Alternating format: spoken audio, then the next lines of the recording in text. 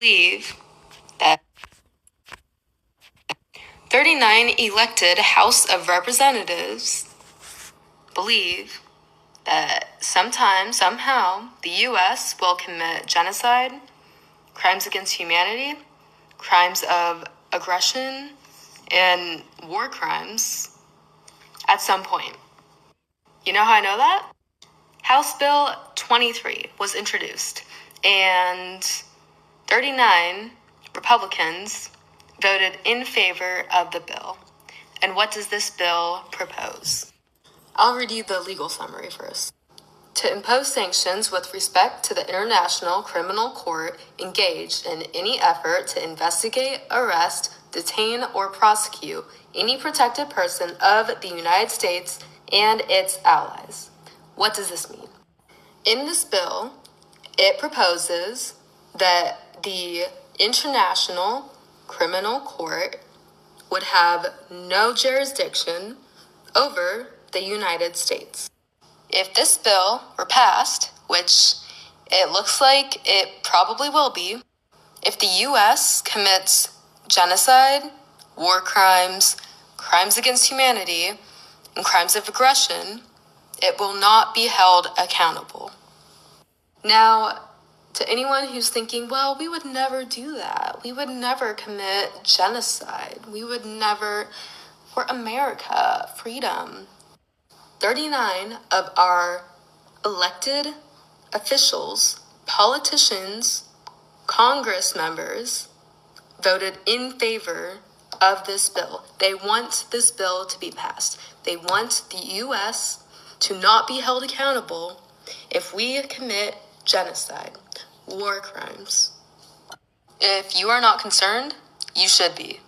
Because this means that 39 of our elected representatives believe that the U.S. will commit genocide, war crimes, crimes against humanity, and crimes of aggression at some point, and will need protection and will not want to be held accountable by other countries. 39. H.R. 23, a bill to impose sanctions with respect to the International Criminal Court engaged in any effort to investigate, arrest, detain, or prosecute any protected person of the United States and its allies. The question is on the passage of the bill. Members will record their votes by electronic device. This is a 15-minute vote. 243 yeas, 140 nays, 1 present. The bill is passed. Generation of the black community. This was an Israeli government official who was saying this, not some low-level operative or some rogue member of their diplomatic corps. This was a senior member of their administrative government who was saying this on American soil. Their biggest problem wasn't Hamas or Hezbollah or the Palestinian Authority or Syria or even Iran. She said that Israel's biggest problem was young black people in the United States. Video of the Israeli government holding a private convention here in the United States. One of the people in attendance at this secret meeting was Judith Varney Shorer. She's a former Israeli consul general who was operating out of Atlanta. She was one of the main people saying that the biggest problem that they had was young black people in the United States. But don't worry, they've got some black leaders on the payroll. The major problem of Israel is with the young generation of the black community. The problem of Israel is with the young generation of the black community. Black is with the young generation of the black community. This was an Israeli government official who was saying this, not some low-level operative or some rogue member of their diplomatic corps. This was a senior member of their administrative government who was saying this on American soil. Their biggest problem wasn't Hamas or Hezbollah or the Palestinian Authority or Syria or even Iran. She said that Israel's biggest problem was young black people in the United States. Video of the Israeli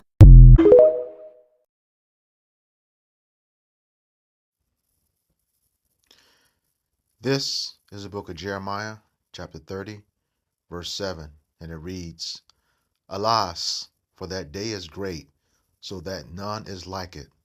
It is even the time of Jacob's trouble, but he shall be saved out of it. Giving all praises, glory, and honor to Yahweh, Bahashem, Yahushai, Bahashem, Rahakakodash. Double honors to the apostles and elders of Great Millstone who rule well and teaching us this 100% truth. Salutations to them and my fellow Akim who labor in this truth week in and week out on the highways and byways. Also, salutations to the hopeful elect of the scattered 12 tribes of Israel, scattered to the four corners of the earth, that be like unto the speckled bird, also known as your Israelite foreigners, and your so-called Negroes, Latinos, and Native Americans. To you, I say Shalom. This is your brother Ayashar Barzar from the Indianapolis branch of the Great Millstone, coming back at you with another lesson that is edifying to the elect body of the nation of Israel. All right, before I get into the scriptures and the videos you just saw, I just want to declare again fair use, according to the Copyright Act of 1976 that was presented at the beginning of the video, and I just want to declare it verbally here in the video. All right, so what you just saw was the bill, House Bill 23, which is pretty much a preemptive a warning against the ICC court. That there will be heavy sanctions if they try to to make it to put it bluntly, to bring up the United States on charges for things such as genocides and crimes against humanity, which that's already been the case. But with this coming in right now at this very point in time, Jacob's trouble is about to ramp up.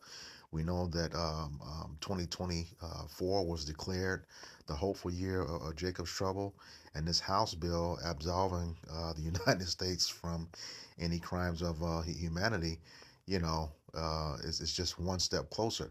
We've been not only telling you about those FEMA coffins, the concentration camps, the firing squads, all that stuff has been in the news all this week. And, this is just a point to get it ready. You already have the crisis of them deporting the immigrants. But also is the question of the 14th Amendment. Okay. Questioning, and this is crazy with Esau Edom, but the earth is in his hands right now, according to Job 9:24. Okay, but you came over here and stole the land. You asking people for identification. You really, it's really about the Israelites. It's really about the Israelites. Okay, because at the end of that House Bill number 23, I put the clip in of that Israeli counsel, Judith Renee Shore. She said the number one problem for the state of Israel is the so-called black youth of America, which, they know the scriptures. She's really talking about the tribe of Judah. Judah's going to be the head tribe when it comes to, kicking Edom's ass, when the Lord comes back, and raises up that standard. All right. And they know, it's going to be at the hand of Israel. And I'll get into that with the scriptures, because you got to think, they're over there right now at this moment at war against Iraq, Saudi Arabia, Kuwait, Algeria, and possibly getting into it with, not possibly, Libya, Morocco, Palestine, Syria, Turkey, Yemen, all those countries. All right. They're at war against, yet the black youth of America is their number one problem. All the way over here with no army. Okay. No army. And some I want you to take note too, when that bill was being presented, who presented it? So-called black woman. All right. And then what did the lady say? Judith Renee Shore. They have black people on the payroll. So here again, we've been telling you that too. Some of our wicked Jake is going to have a hand in the demise. Okay, but this is coming, and the prophets have been telling you over and over and over again, and now they're putting a law in place to where they're going to hold themselves not guilty. All right, with the help of our people, some of our people, the wicked of our people. This is Zechariah 11:5. And it reads, whose possessors slay them and hold themselves not guilty, and they that sell them say, blessed be Yahweh Bashem Yahushai, for I am rich, and their own shepherds pity them not. Okay? And who are those shepherds? The so-called leaders of the so-called black people. All right? Black leaders of the so-called black people. All right? Who's the possessors? Esau, Edom. Right now, with Amalek, the 1948ers being at the head of that, right here in Babylon. They're the ones pulling all the strings right now. Okay? Yeah, those possessors, the same ones that not only finance the transatlantic slave trade, they own the ships. And there's plenty of records to prove that in their own documentation. All right? But that law, it actually passed. And let me show it to you here as well.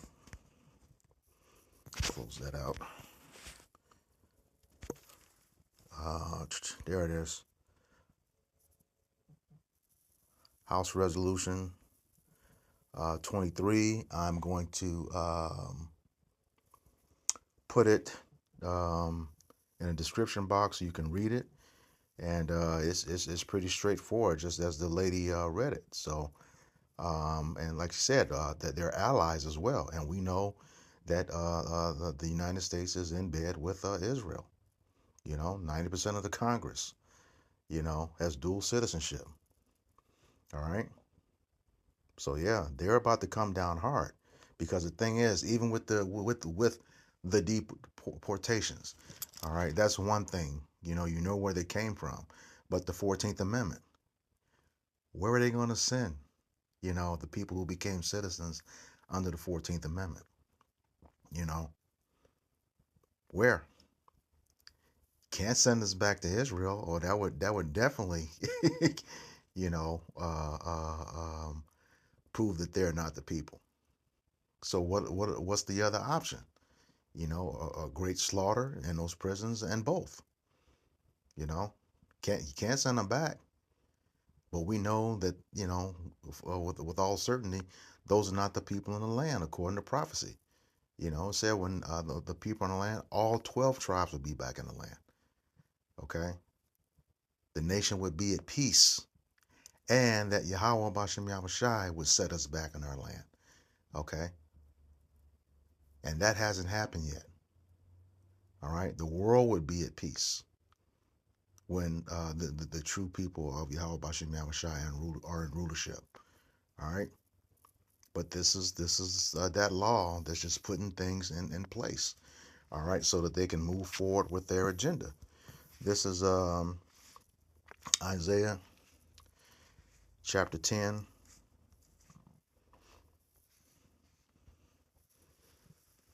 Verse 1 says, woe unto them that decree unrighteous decrees, and that write grievousness which they have prescribed. And see, this law is going into is being prescribed, is written before these things happen, because they know they're going to do it. Just like the lady said in the first video. That's the only way, only direction that this is headed in. All right. The only direction this is headed in. Why would they do something like that? Put a law in place right now with everything that's going on. All right. Why would they do that at this point? And that bill was just passed on the 23rd, so just 4 days ago. And let me go back to that. I can show you where it passed. Slide down here. Those are all the ones who sponsored and co-sponsored the bill. You'll have that. And there we go. It's like January 9th, 2025. It passed 243 yes, 140 no, and 51 others. So it did pass. It did pass the House. Now it has to get past the Senate, and you know, we know where that's going. You know, they have to act real fast. This is let me get back to that Isaiah 10 and 1. It says, "Woe unto them that decree unrighteous decree and that write grievousness which they have prescribed, to turn aside the needy from judgment, and to take away the right from the poor of my people, that widows may be their prey, and that they may rob the fatherless." So yeah, that's talking about, writing these laws to pretty much take us out as a nation. All right, and they're working fast, you know, because they see these things happening. Those chariots, or what they call the UAPs, UFOs, or the what do they call it now? NHI, non-human intelligence. We just did a video yesterday on the CIA, knowing they can't defend against the chariots, so that they know that time is near. That's why they're moving hastily. All right, this is the book of Revelation, chapter 12 and verse 12. And it reads, "Therefore rejoice, ye heavens, and ye that dwell in them. Woe to the inhabitants of the earth and the sea, for the devil is come down unto you, having great wrath, because he knoweth that he hath but a short time." And that wrath is going to be great. We've been on the highways and byways week in and week out on these video epistles around the clock, 365, 24/7, trying to warn Jake about what's about to happen. All right, you just don't pass a bill like that unless it's preemptive for something. Something big's gonna happen, and we already know it's Jacob's trouble. That great wrath is coming down. We know, according to the scriptures, 2/3 of our people are going to be destroyed, according to Zechariah 13, chapter 13, verses 8 and 9. 2/3 destroyed, the 1/3 is going to be saved. All right, but Jake is not listening. Is not listening at all. And that, like I said, these pieces are fitting together perfectly. Just as a prophecy says. And we're able to see this through the Spirit. This is Second Corinthians,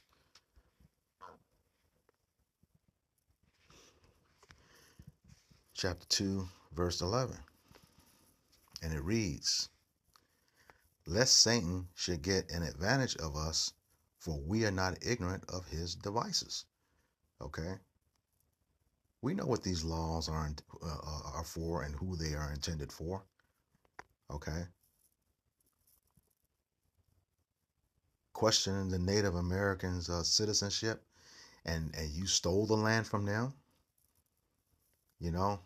The audacity, or the caucasity, as we say.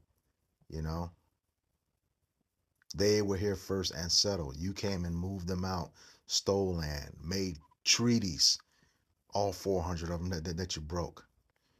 Okay. Then you go get the Southern Kingdom and bring them over here.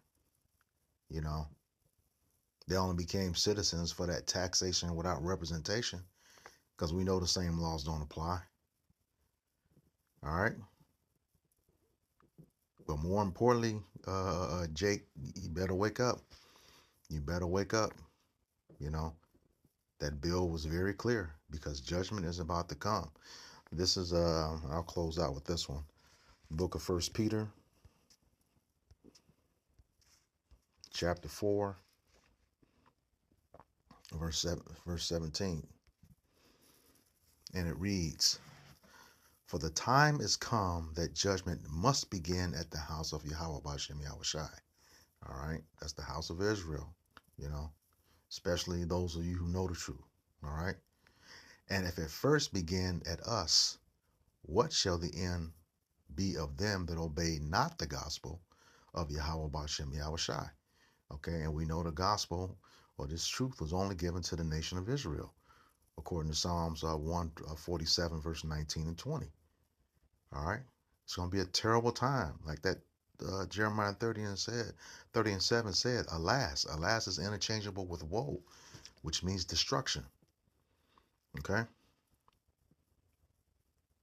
It says, and what if, hey, it's going to begin at us, you know. Then it goes on, verse 18, and if the righteous scarcely be saved, where shall the ungodly and the sinner appear? So if the righteous scarcely, let's get that word scarcely in the blue letter. 1 Peter 4 and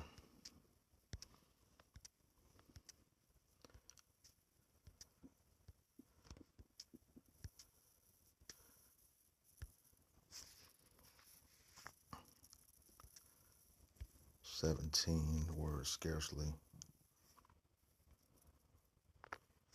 All right. It's the Greek word molis. Out of biblical usage, with difficulty, Slovakia, not easily, i.e. scarcely, very rarely, scarce, scarcely, hardly, have much work with, let's see, probably by variation for G3425, with difficulty, hardly, scarcely, with much work. So barely, like by the skin of your teeth, because we're going to see all of destruction going on around us, and I say that humbly, that I'm hopeful of that hopeful number of the elect. Psalms 91 says, only with our eyes will we see the reward of the wicked. As you're being beamed up in that chariot, you see in this place and your enemies getting destroyed. All right, back to 1 Peter 4 and 18. And if the righteous scarcely be saved, where shall the ungodly, you heathen nations, especially Esau, Edom, the so-called white man, all right, who's the main person furthering the affliction of Jake, according to Zechariah 1 and 15, it says, where shall the ungodly and the sinner appear? And that sinner is the 2/3. The law was only given to the nation of Israel. And what is sin? 1 John 3 and 4. For sin is transgression of the law. Whoever committeth sin transgresseth the law. 1 John 3 and 4. Okay? So that's talking about wicked Jake and the heathen. All right? So, hey, House Bill 23 is out there. The prophecies are shaping up. All right? So with that, I hope this lesson was edifying to the elect body of the nation of Israel. Once again, I'm going to give all praises, glory, and honor to Yahweh, Bahashem, Yahweh Shai, Bahashem, Raha HaKodash. Double honors to the apostles and elders of Great Millstone who were well in teaching us this 100% truth. Salutations to them and my fellow Akim who labor in this truth week in and week out on the highways and byways. Also salutations to the hopeful elect of the scattered 12 tribes of Israel, scattered to the four corners of the earth, that be like unto the speckled bird, also known as your Israelite foreigners, you so-called Negroes, Latinos, and Native Americans. To you, I say Shalom, Kwam Yasharallah, Abad Babal. Shalom.